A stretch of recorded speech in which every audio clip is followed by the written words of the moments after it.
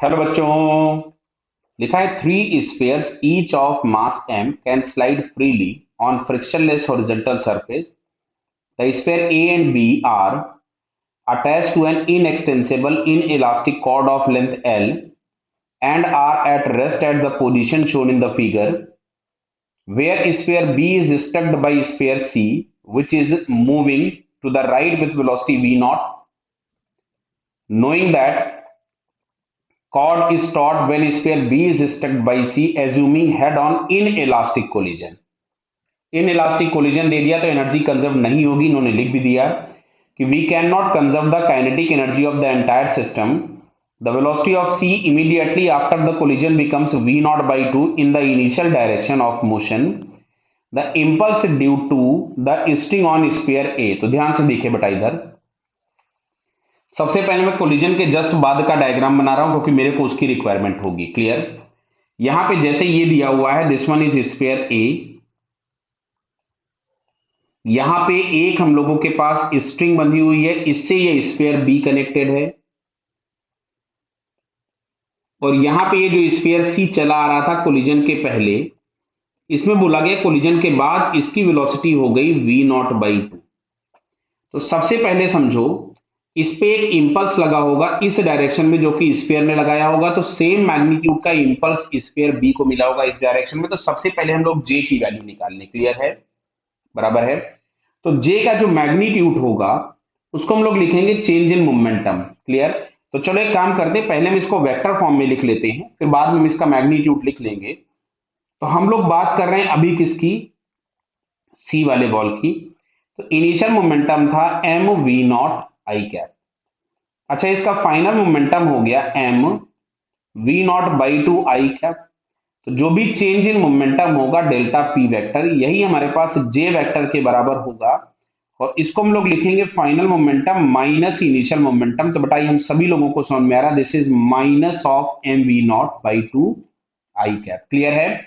तो m v naught by two i cap मिला हम लोगों को, लेकिन ये किसके लिए मिला? For sphere C. क्लियर? तो अच्छा, बी के लिए यही मैग्नीट्यूड पॉजिटिव में होगा, यानी जो बी पे इंपल्स लगा होगा दिस इज ऑन ए। अच्छा, जो इंपल्स बी पे लगा होगा वो इतना ही मिलेगा और प्लस में मिलेगा। क्या बात क्लियर हो रही है? तो बात को समझो, मतलब जे पे बी पे लगने वाला इंपल्स मिल गया। अभी हम लोगों से क्वेश्चन पूछा गया है कि impulse due to the string on sphere A. तो स्फीयर ए को इस डायरेक्शन में कोई भी एक वेलोसिटी v1 मिलेगी, और वो जो v1 वेलोसिटी होगी वो स्ट्रिंग के इंपल्स की वजह से होगी। तो जो इंपल्स स्ट्रिंग दे रही होगी दैट इज एम v1। तो मैं v1 निकाल लूं किसी तरह से। तो ध्यान से देखिए, वापस से आते हैं।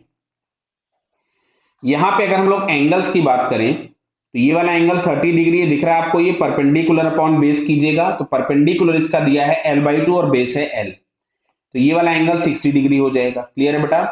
तो यहां से अगर हम लोग एंगल्स की बात करें तो यहां पे हम लोगों को ये वाला एंगल दिख रहा है 60 डिग्री, दिख रहा है ना बेटा, ये सामने वाला।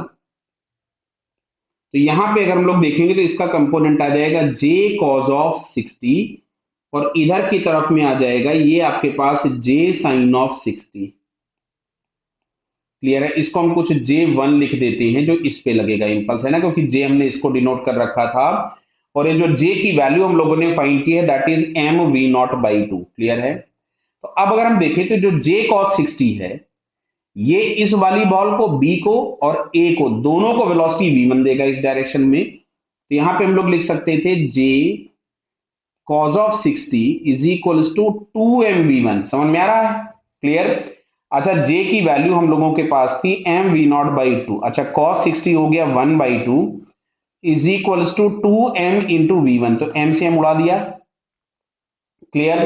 तो यहां से जो v1 इज इक्वल्स टू हमारे पास आ रहा है दैट इज m, तो कैंसिल हो गया।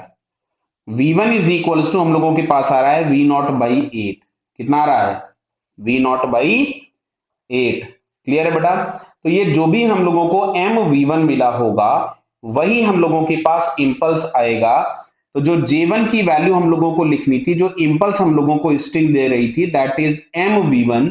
अब मैं यहां से अगर v1 की वैल्यू पुट कर देता हूं जो कि थी v नॉट बाई 8, तो जो इंपल्स आया उसका आंसर हमको मिला एम वी नॉट बाई 8, जो कि हम लोगों को फर्स्ट ऑप्शन में दिख रहा है, so it's first answer is correct. Clear बेटा? Okay, all the best.